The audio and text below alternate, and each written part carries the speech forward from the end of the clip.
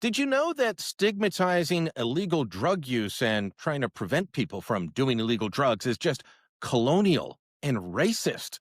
Yes, that's what they're saying now. Hi, I'm Brian Lilley, political columnist for the Toronto Sun. Tristan Hopper uncovered this. I'm going to give full credit to my colleague over at National Post. He was putting this into his first reading newsletter over at National Post, and it shocks me. The head of the BC Human Rights Commission, the commissioner, actually came out with a report saying that it's racist to stigmatize people who use illegal drugs like fentanyl, heroin, cocaine. We shouldn't be trying to stop them because, well, it's just their way of doing it. Let me read you directly from the report. Here's the tweet from Kasari Govender, the commissioner of the BC Human Rights Commission. And she says in her report, beyond challenges within the healthcare system, this crisis is also rooted in colonial approaches that prioritize individualism over community, wealth over health, and power over empathy. A compassionate and practical approach to the toxic drug crisis requires prioritizing scientific evidence over political ideology and making every possible effort to save lives, prevent brain damage, and respect fundamental human dignity. Too bad that Ms. Govender's views don't line up with reality and the scientific fact. How can I say this? Quite simply because, well, the facts don't back it up. Let's look at the number of deaths that have happened in British Columbia over the years. Yes, fentanyl hit all of us around 2015, 2016, depending on where you were in the country. Fentanyl hit hard and started driving up opioid deaths dramatically. But at the same time, British Columbia also adopted policies that made it easier to get illicit drugs, to not prosecute, to turn a blind eye, to in some cases give quote unquote safer supply, along with all of these so-called safe injection sites. What was the result? Let's look at this handy chart from the British Columbia Coroner's Office, which shows that Ms. Govender's numbers and ideas are batty.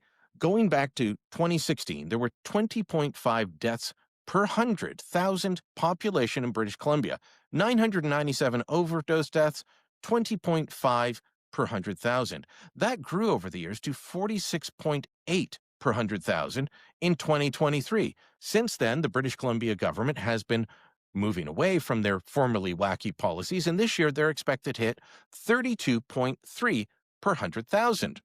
This is the biggest per capita death rate in the country from opioid overdose deaths. Why? Because of their lenient policies.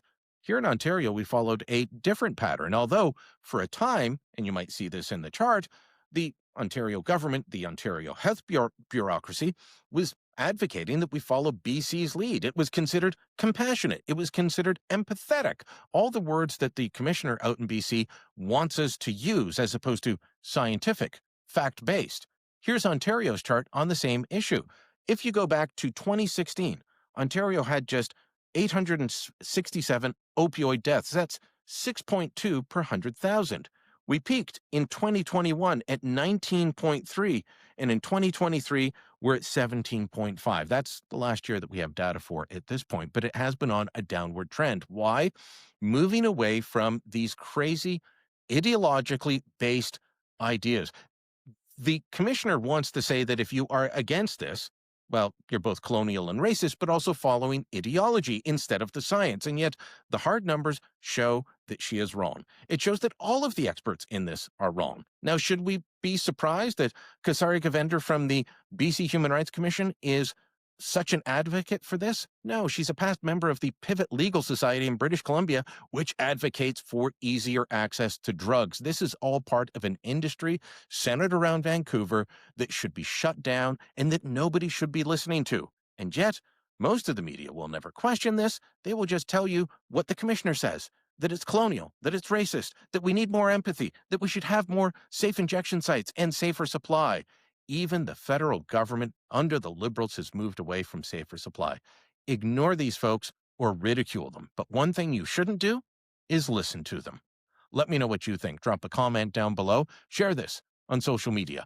And don't forget to subscribe to our channel.